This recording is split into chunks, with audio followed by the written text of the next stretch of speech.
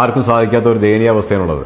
ഇതിന്റെ പ്രധാന കാരണം ഇവരെ രക്ഷിതാക്കളെല്ലാം തന്നെ നാടോടികളായ, അതായത് 1 ഇഞ്ച് ഭൂമിയും തലചായ്ക്കാൻ ഇടമില്ലാതെ ഇങ്ങനെ അലഞ്ഞിരിഞ്ഞ് നടക്കുന്ന ഒരു വിഭാഗത്തിന്റെ മക്കളാണ്. അപ്പൊ ഇവരെ രക്ഷിക്കാനായിട്ട് നമ്മുടെ ജനസേവ പോലുള്ള ശിശു സംരക്ഷണ കേന്ദ്രങ്ങൾ പരിശ്രമിക്കുമ്പോൾ ഈ കുട്ടികളെല്ലാം വീണ്ടും നിയമപാലകർ രക്ഷിതാക്കൾക്ക് തന്നെ മടക്കി കൊടുക്കുന്ന ഒരു ദയനീയാവസ്ഥയാണുള്ളത്. അതിന്റെ പ്രധാന കാരണം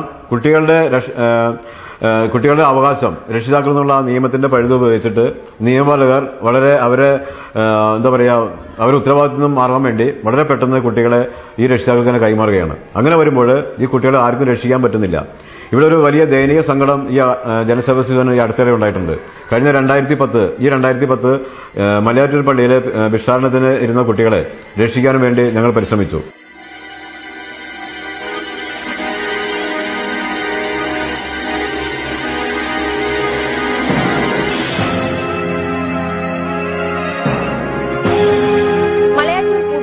തിരുനാളിന് ഭിക്ഷാടനത്തിന് കൊണ്ടുവന്ന കുട്ടികളെ ജനസേവാ ശിശുഭവനിലെ പ്രവർത്തകർ രക്ഷപ്പെടുത്തി. ദുഃഖവെള്ളിയാഴ്ച സീസണിൽ ഭിക്ഷാടനത്തിന് മാഫിയകൾ കൊണ്ടുവന്ന യാചകരെ മനോരമ ന്യൂസ് വാർത്ത തുടർന്ന് മാറ്റിയിരുന്നു. എന്നാൽ ഭിക്ഷാടന മാഫിയകൾ കുട്ടികളടങ്ങുന്ന വൻ സംഘത്തെയാണ് ഇന്നലെ അടിവാരത്തെത്തിച്ചത്. ഇവരുടെ ശരീരത്തിൽ അടിയേറ്റതിന്റെ പാടുകളുണ്ട്. ഇവരിൽ നിന്ന് മൊബൈൽ ഫോണും മറ്റും കണ്ടെടുത്തിട്ടുണ്ട്. കാലടി പോലീസും ജനസേവാ പ്രവർത്തകരും ചേർന്നാണ് ഇവരെ രക്ഷപ്പെടുത്തിയത്.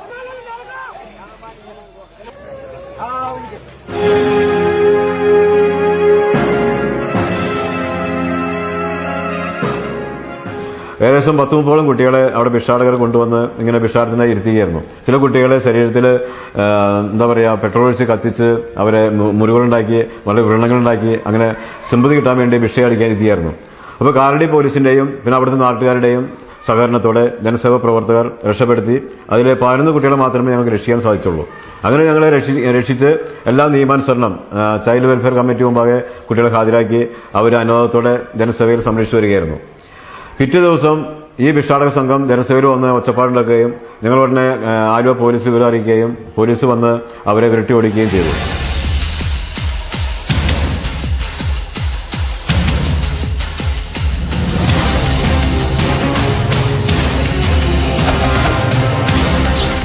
എന്നാൽ പിന്നീട് ഒരു വലിയ സങ്കടമുണ്ടായത് അവിടുത്തെ കുറെ സാമൂഹ്യ വിരുദ്ധരും പിന്നെ കുറെ ജനസേവയുടെ ശത്രുക്കളും കൂട്ടിച്ചേർന്ന് ഈ ഭിക്ഷാടക സംഘത്തോടൊപ്പം വന്നിട്ട് ഒരു വലിയ ബഹളം ജനസേവ ഉണ്ടാക്കുകയും ഒരു ഭീകരാന്തരീക്ഷം സൃഷ്ടിച്ചുകൊണ്ട് ചില ഭിക്ഷാടകർ ആത്മഹത്യ ഭീഷണി വരെ മുഴക്കുകയും ചെയ്തു. അങ്ങനെ ഭീകരാന്തരീക്ഷം സൃഷ്ടിച്ചുകൊണ്ട് ജനസേവയിലെ 2 സാമൂഹ്യ വിരുദ്ധർ ഈ കുട്ടികളെ ബലമായി 2 കുട്ടികളെ ബലമായി ജനസേവയിൽ നിന്ന് പിടിച്ച് ഈ ഭിക്ഷാടക സംഘത്തിന് കൊടുത്തുണ്ടായ ഒരു വലിയ ദയനീയ സങ്കടം ഞങ്ങൾക്ക് അനുഭവപ്പെട്ടിട്ടുണ്ടായി.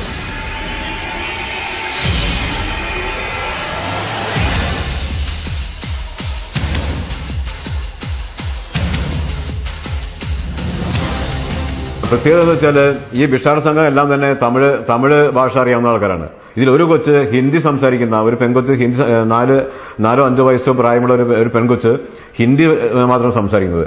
യാതൊരു ബന്ധമില്ല ഈ സംഘത്തിന്റെ. അപ്പോൾ അവരും ഈ കുട്ടികളെ എവിടെ നിന്നോ തട്ടിക്കൊണ്ടുവന്ന് ഭിക്ഷ എടുപ്പിക്കുന്ന കുട്ടികളാണ്.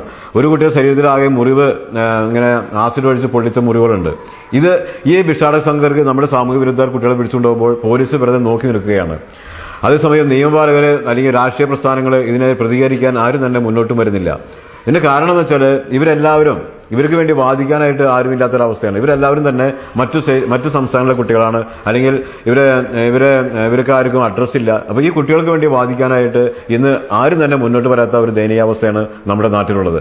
ഇതിന് പരിഹാരം കാണണമെങ്കിൽ സമൂഹത്തിൽ നല്ല മനസ്സുള്ള ആൾക്കാരുടെ ഒരു കൂട്ടായ്മ തീർച്ചയായിട്ടും ആവശ്യമുണ്ട്. ഇതിനെതിരെ ശബ്ദം ഉയർത്താനായിട്ട് നമ്മുടെ സമൂഹത്തിലെ നല്ലവരായ ആളുകൾ ഒരുമിച്ച് ഒറ്റക്കെട്ടായതുകൊണ്ട് കേരളത്തിലെ കുട്ടികളല്ല എങ്കിൽ തന്നെ ഇത് ഭാരത മക്കളാണ്, ഭാരതത്തിലെ കുട്ടികളും നമ്മുടെ മക്കളാണെന്നുള്ള ഒരു വലിയ കാഴ്ചപ്പാടോടുകൂടി, വലിയ മനസ്സോടുകൂടി ഈ ബെഞ്ച് ഭാഗങ്ങളെ രക്ഷിക്കാനായിട്ട് സന്മനസ്സോടെ എല്ലാവരും മുന്നോട്ട് വരണമെന്നാണ് എനിക്ക് പറയാനുള്ളത്.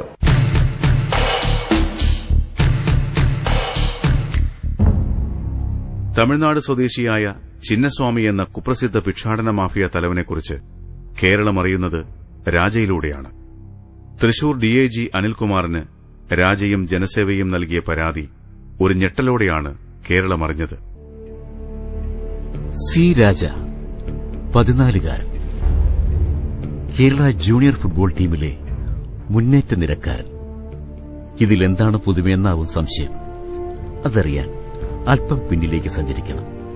കൃത്യമായി പറഞ്ഞാൽ 4 വർഷം പിന്നിലേക്ക്. ഇത് തമിഴ്നാട്ടിലെ സേലത്തുള്ള ആമിനംകുടി